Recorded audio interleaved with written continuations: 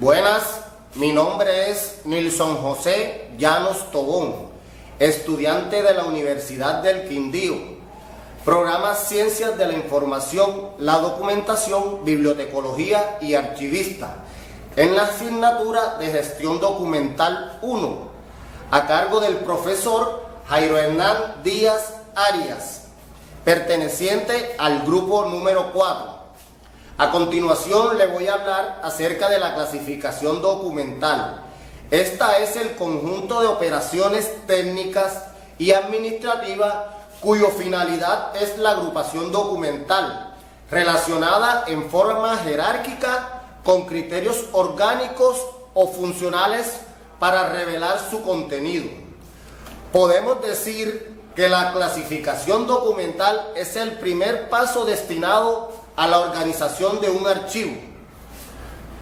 Este permite identificar y observar el agrupamiento de los diferentes documentos, de forma que obtengan características comunes, teniendo en cuenta la estructura administrativa de la institución o de la empresa. La finalidad del sistema de clasificación es organizar el archivo, conocer la institución, conocer los documentos, controlar los documentos para después difundirlos.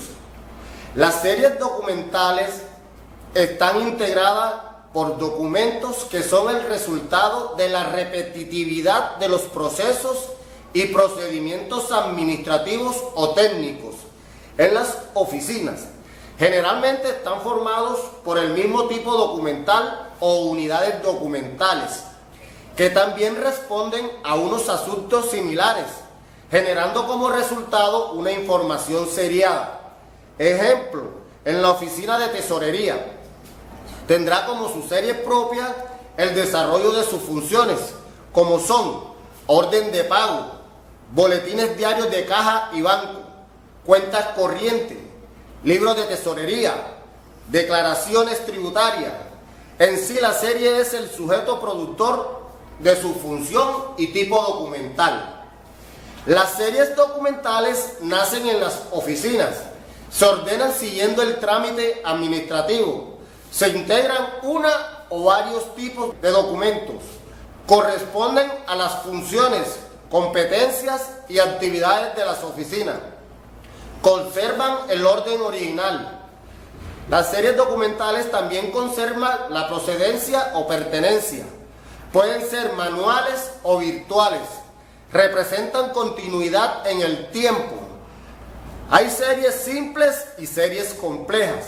Las series simples tenemos, por ejemplo, los decretos, resoluciones, actas de juntas, asambleas, comités, comisiones, etc. Y las series complejas tenemos los contratos, órdenes de pago, historias laborales, historias clínicas. Las subseries es el conjunto de unidades documentales que forman parte de una serie y se jerarquizan e identifican en forma separada del conjunto de series por los tipos documentales, que varían de acuerdo con el trámite de cada asunto. Entre los criterios que pueden servir de base para la identificación de la subserie podemos señalar cambios significativos y duraderos en la tipología documental, existencia de acciones diversas en el desarrollo de una actividad, cambios permanentes en el soporte de los documentos integrantes de la serie, respetando de cualquier división introducida por la oficina productora.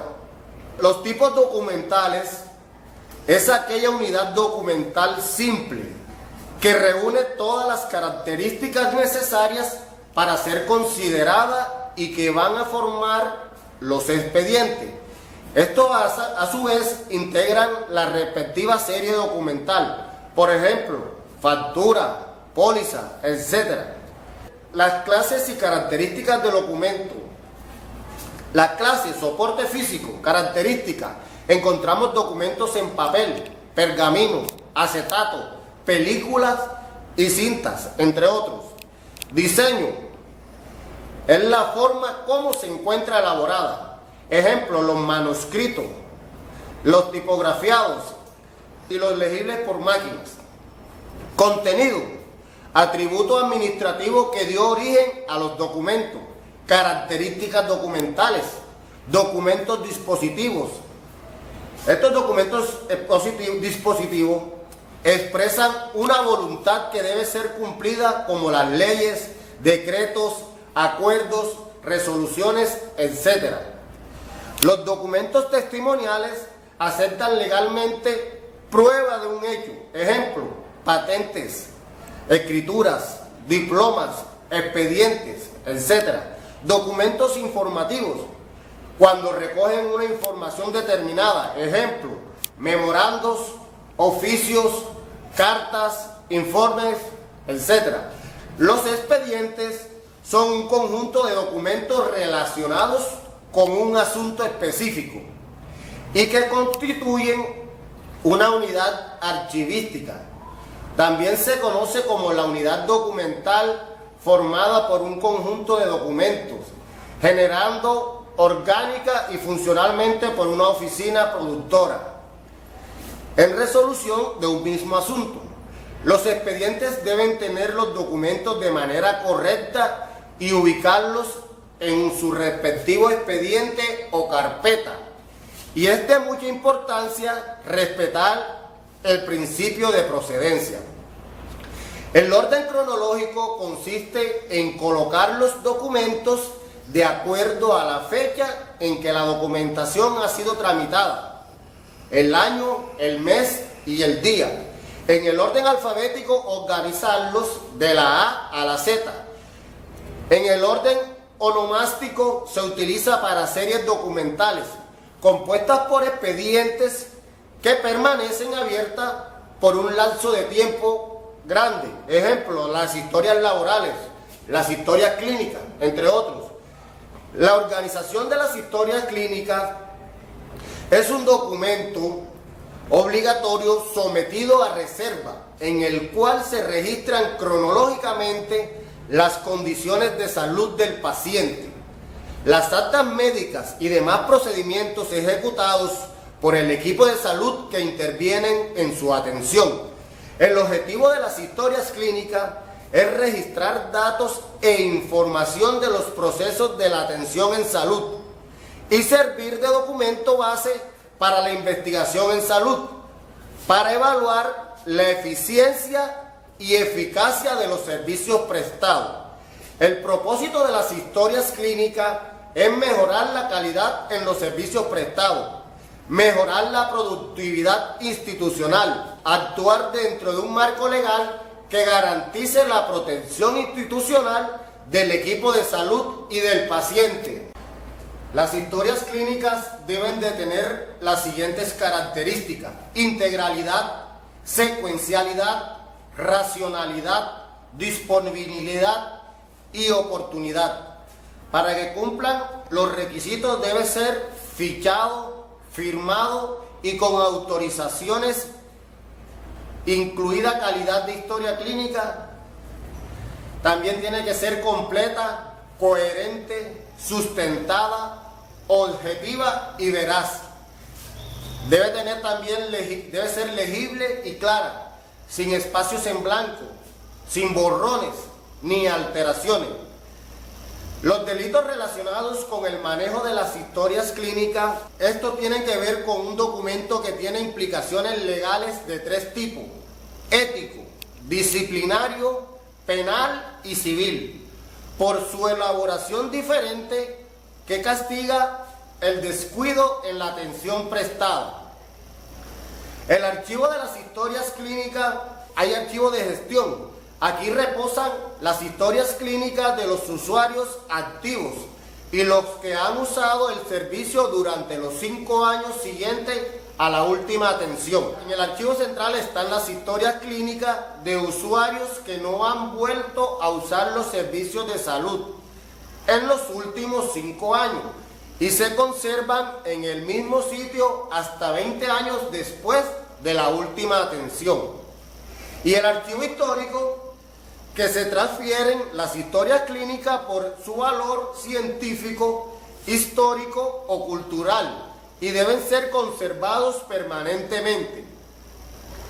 La retención y el tiempo de conservación de las historias clínicas deben conservarse durante un periodo mínimo de 20 años, contados a partir de la última atención. El archivo de gestión mínimo 5 años. En el archivo de central mínimo 15 años. Terminado este tiempo, la historia clínica podrá destruirse con la fecha de la última atención y debe ser firmada el acta por el responsable del archivo y el revisor fiscal o controlador del proceso. Debe ser remitido a la sección distrital de salud y la Superintendencia Nacional de Salud.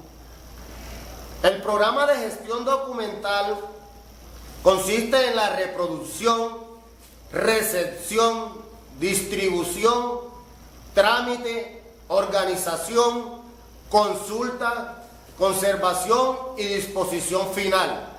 La producción documental es la generación de documentos de las instituciones en cumplimiento de sus funciones. Acuerdo 027 del 2006 del Archivo General de la Nación. La producción documental comprende el origen, creación, diseños de formato y documentos conforme al desarrollo de las funciones propias de cada entidad o dependencia. La recepción de documentos es un conjunto de operaciones de verificación y control que una institución debe realizar para la admisión de los documentos que son remitidos por un personal natural o jurídico. Esto según el Acuerdo 027 del 2006 del Archivo General de la Nación. El objetivo es recibir los documentos de las diferentes dependencias y garantizar que su direccionamiento y entrega se realice en forma correcta y en el menor tiempo posible. El responsable estratégico es el coordinador del archivo y correspondencia. Los responsables operativos es el grupo de trabajo del proceso. Contenido del desarrollo. Este se describe la actividad y se establecen los links conformes a los formatos, documentos, instructivos, protocolos y normas y actas. Recepción de la documentación. Recibir los paquetes y conformar que las guías seleccionadas en el formato de planilla de guía coincidan con el número de paquetes físicos entregados. También deben de llevar debe firmar el formato de entrega al funcionario. Abrir los sobres con cuidado para evitar romper algún documento. Quitar todos los documentos metálicos que tengan los documentos. Organizar los documentos en orden primero guía, luego documentos relacionados. También hay que ampliar en forma cronológica los documentos recibidos. Pasar el paquete con la documentación a la zona de erradicación. Recibir el paquete por parte de las personas que realizan el alistamiento documental. Ingresar datos al sistema. Darle radicado con el número consecutivo con una etiqueta o con un sello. Organizar los documentos radicados para entregarlos a la zona de escaneo. Verificarlos que ya se puedan escanear. Escanearlos, confrontar que los documentos físicos coincidan con las imágenes, verificar que las imágenes sean claras y fáciles de leer, verificar que las imágenes también queden amarradas a la información del radicado, pasar la documentación a la zona de archivo de gestión ya organizado, digitalización de la documentación recibida, confrontación para ver el control de la calidad, armado de los documentos, recibir la documentación escaneada y organizarla en los archivadores. Las transferencias documentales son un proceso archivístico que consiste en el traslado de los documentos del archivo de gestión al archivo central y del archivo central al archivo histórico. Las transferencias primarias es el traslado físico de la documentación del archivo de gestión al archivo central. cuanto estos dejan de tener una utilidad inmediata, pero sigue conservando su valor primario, administrativo, legal, fiscal y técnico. Las transferencias secundarias es el traslado de documentos de archivo, del archivo central al archivo histórico, después del cumplimiento del tiempo de retención de los documentos en el archivo central. ¿Cómo debemos hacer una transferencia documental? Primero, preparación física de la documentación, limpieza de documentos, identificación de material afectado por biodeterioro. Segundo paso, los documentos deben de organizarse de acuerdo al orden original, principio de procedencia. Tercer paso, la foliación. Cuarto paso, registro en el formato único de inventario documental. Y el quinto paso es la elaboración de acta de entrega. Los fondos acumulados es un conjunto de documentos que se acumulan con el paso del tiempo, sin ningún criterio de organización archivística, ni las mínimas condiciones de conservación, y sin la posibilidad de ser fuente de información y consulta. Los pasos para la intervención de un fondo acumulado son la identificación, clasificación, depuración, valoración, descripción, ordenación, selección, limpieza y desinfección. ¿Cómo identificar un fondo acumulado? Realizando un diagnóstico de las condiciones en que se encuentra el archivo, y para ello debemos tener en cuenta los siguientes pasos: cuantificar, evaluar y verificar. Las fases para la organización de un fondo es la identificación y clasificación, la ordenación, valoración y sección, descripción, conservación y restauración. Las fases de identificación y clasificación. El inventario documental es un instrumento de registro, control y localización, no solo de los documentos, sino de la información contenida en ellos.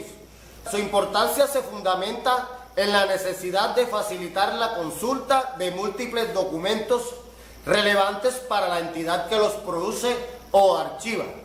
Los procedimientos para su realización son la clasificación, ordenación, soportes, objeto, responsable, glosario, condiciones y políticas de operación y descripción de actividades. Ejemplo de la tabla. Con respecto a las dos preguntas del profesor Jairo, ¿cree usted que estos objetos de aprendizaje sirven realmente para aprender? Para mi opinión, sí sirven, porque es una metodología muy didáctica y tratamos de sacar el máximo provecho para que las cosas nos salgan bien. Y nos sirve como para el resto de la carrera en nuestra preparación.